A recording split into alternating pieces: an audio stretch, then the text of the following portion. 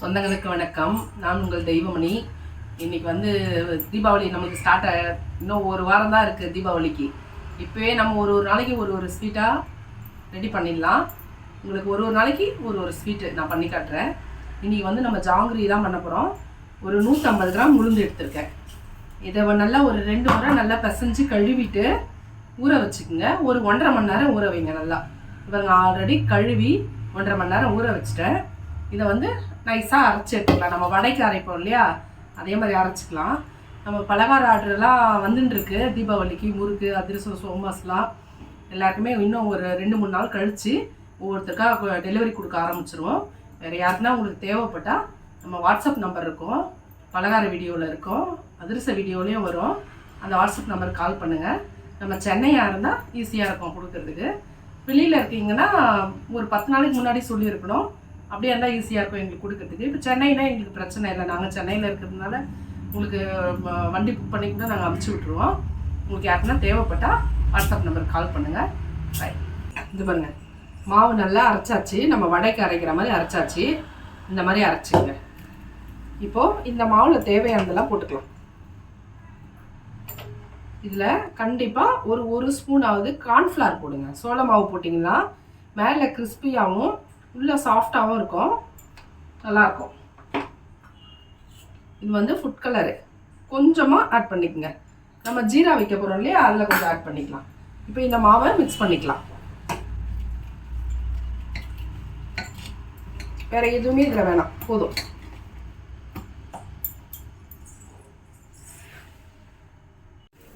இது பாருங்கள், மாவு மிக்ஸ் பண்ணிட்டோம். ரொம்ப டார்க் கலர் வேணாம், முடிஞ்ச வரைக்கும் கொஞ்சம் லைட்டாகவே போட்டுக்கலாம். நம்ம இப்போது இது வந்து நம்ம பலகாரம் பேக் பண்ணுறோம் இல்லையா, அந்த கவர் இது. இந்த கவரில் போட்டுக்கலாம். இந்த மாதிரி போட்டுங்க. இதை போட்டு நம்ம ரெடி பண்ணி வச்சுட்டு நம்ம ஜீரா காய்ச்சலாம்.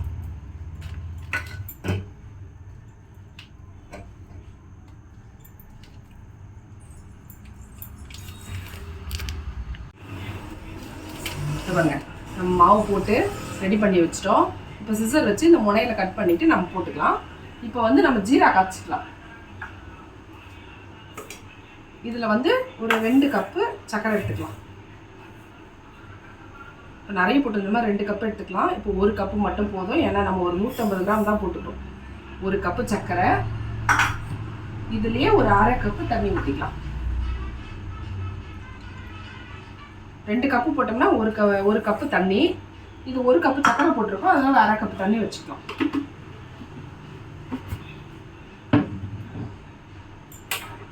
அது பற்ற வச்சுக்கலாம். ஜீரா கொதிக்கிட்டோம். பாருங்க, பாகு கொதிக்குது. இது வந்து ரொம்ப நம்ம கெட்டி பாகுலாம் தேவையில்ல. சும்மா அப்படி பிசு பிசுன்னு கையில் ஒட்டினா போதும். சும்மா ஒரு கம்பி பதம் அப்படி வந்தால் போதும் நமக்கு. இன்னும் கொஞ்சம் கொதிச்சிருச்சுன்னா கரெக்டாக இருக்கும். இதில் கொஞ்சமாக இதுலேயும் கொஞ்சமாக ஃபுட் கலர் ஆட் பண்ணிக்கலாம். நம்ம ஏற்கனவே மாவில் கொஞ்சம் போட்டிருக்கோம், இதில் கொஞ்சம் போட்டிருக்கோம்.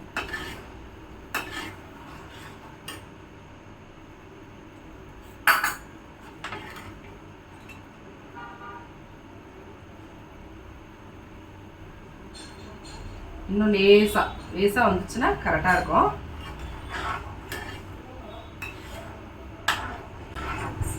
பாருங்க, நம்ம ஜீரா காய்ச்சாச்சு,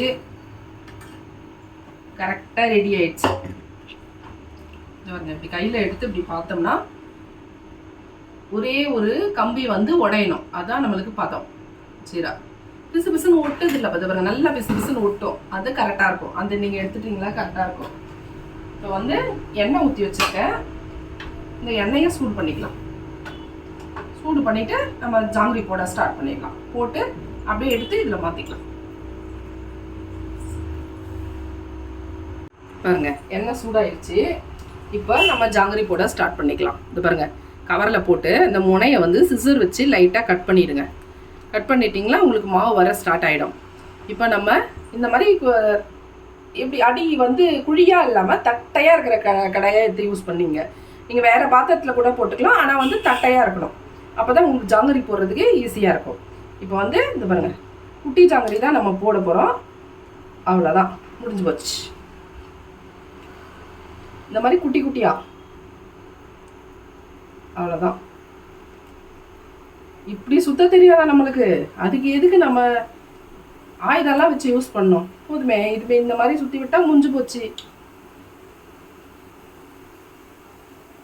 அது ஒன்று ஒன்று நீண்டுடும், அதெல்லாம் நம்ம கணக்கில் வச்சுக்க வேணாம். அவ்வளோதான், முடிஞ்சு போச்சு.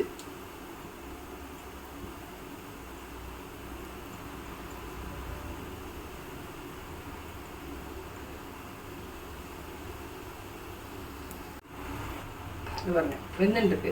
இந்த மாதிரி போதும்ல நம்மளுக்கு குட்டி குட்டியா. எதுக்கு பெருசா போடுறதுனால போட்டுக்கலாம், இந்த சைஸும் போட்டுக்கலாம்.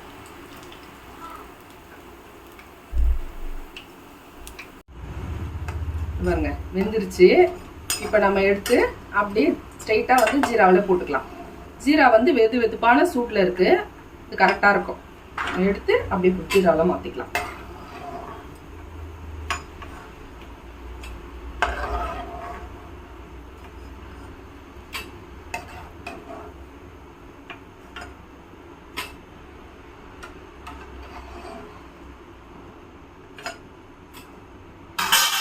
லேசாக ஜீராவில் போட்டோமா, லேசாக ஒரு அழுத்து அழுத்தி விட்டுடலாம். அதான் ஜீராவில் ஒரு அழுத்து அழுத்தியும் விட்டுடலாம்.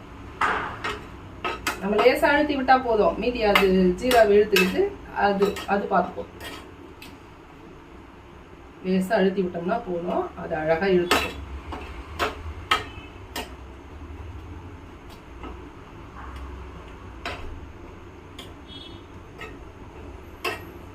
அதில் ஒரு 2 நிமிஷம் இருக்கட்டும். பாருங்க நல்லா ஊறிடுச்சு. இப்போ வந்து நம்ம எடுத்துக்கலாம். நம்ம அடுத்து போடுறதுக்குள்ள இது நல்லா ஊறி போச்சு. இப்போ எடுத்துக்கலாம்.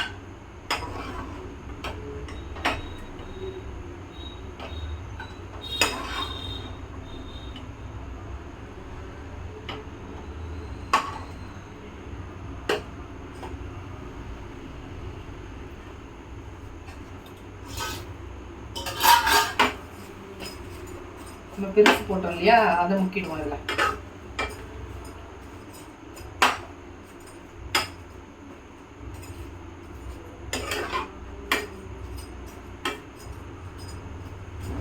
இது ஊறிட்டு இருக்கட்டும், நம்ம அடுத்து போட்டுக்கலாம்.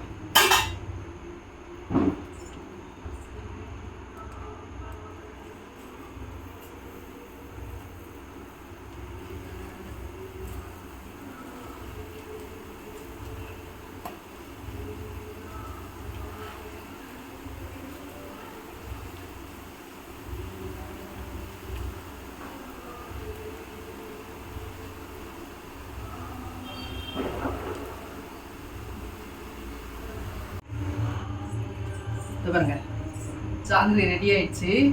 நம்ம 1/2 கிலோ மாவு, 150 கிராம் மாவு தான் போட்டோம். 150 கிராம் உளுந்து தான் போட்டோம். சின்ன சின்ன சொதப்பெல்லாம் வரும். 150 கிராம் உளுந்து தான் போட்டோம். ஆனால் பார்த்தீங்கன்னா நம்மளுக்கு 1/2 கிலோ அளவு இருக்குது. ஆனால் இதை விட அதிகமாக இருந்தது. ஒரு 1/4 கிலோ செய்யும் போதே சுட சுட உள்ளே போயிடுச்சு. 1/2 கிலோ இருக்கும் பாருங்கள் ஜாங்கிரி.